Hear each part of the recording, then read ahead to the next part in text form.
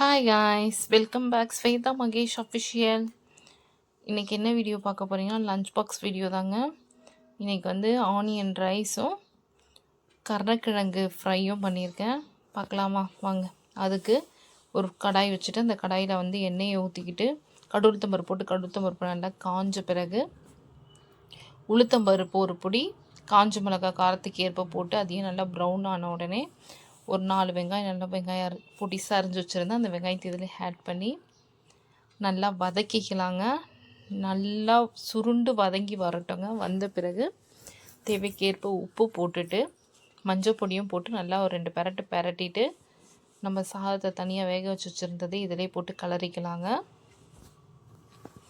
கலரிட்டு லாஸ்ட்டில் இறக்கும் போது கொத்தமல்லியை தூவி இறக்குனிங்கன்னா நல்ல டேஸ்டியான சிம்பிளான ஒரு லஞ்ச் பாக்ஸ் ரெடி ஆகிடும். இப்போ வந்து கருணக்கிழங்கு ஃப்ரை பண்ணிக்கலாம். அதுக்கு கடாய் வச்சுட்டு கடாயில் ஒரு ஸ்பூன் எண்ணெய் விட்டுட்டு கடுகுளுத்தம்பருப்பு பொரிச்சிட்டோங்க. கடுகுளுத்தம்பருப்பு பொரிஞ்ச பிறகு உளுந்தும் போட்டுக்கலாம்.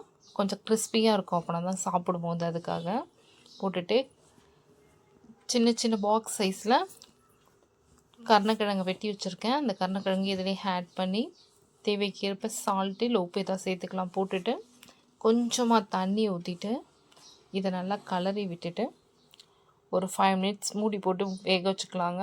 இது வேக வச்சதுலேயே 3/4 பங்கு வெந்துடும். வெந்ததுக்கப்புறம் காரத்துக்கு ஏற்ப மிளகாய் தூள் போட்டுக்கலாம். போட்டுட்டு நல்லா ஒரு 5 மினிட்ஸ் எண்ணெயை ஊற்றி நல்லா கலரி விட்டு இறக்குனீங்கன்னா நல்லா கிறிஸ்பியான கருணக்கிழங்கு ரெடி ஆகிடுங்க.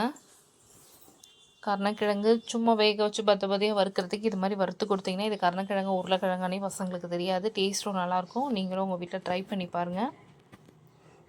இந்த வீடியோ உங்களுக்கு பிடிச்சிருந்துச்சுன்னா அப்படியே எங்கள் சேனலை கொஞ்சம் சப்ஸ்கிரைப் பண்ணுங்கள், லைக் பண்ணுங்கள், ஷேர் பண்ணுங்கள், கமெண்ட் பண்ணுங்கள். பாய்.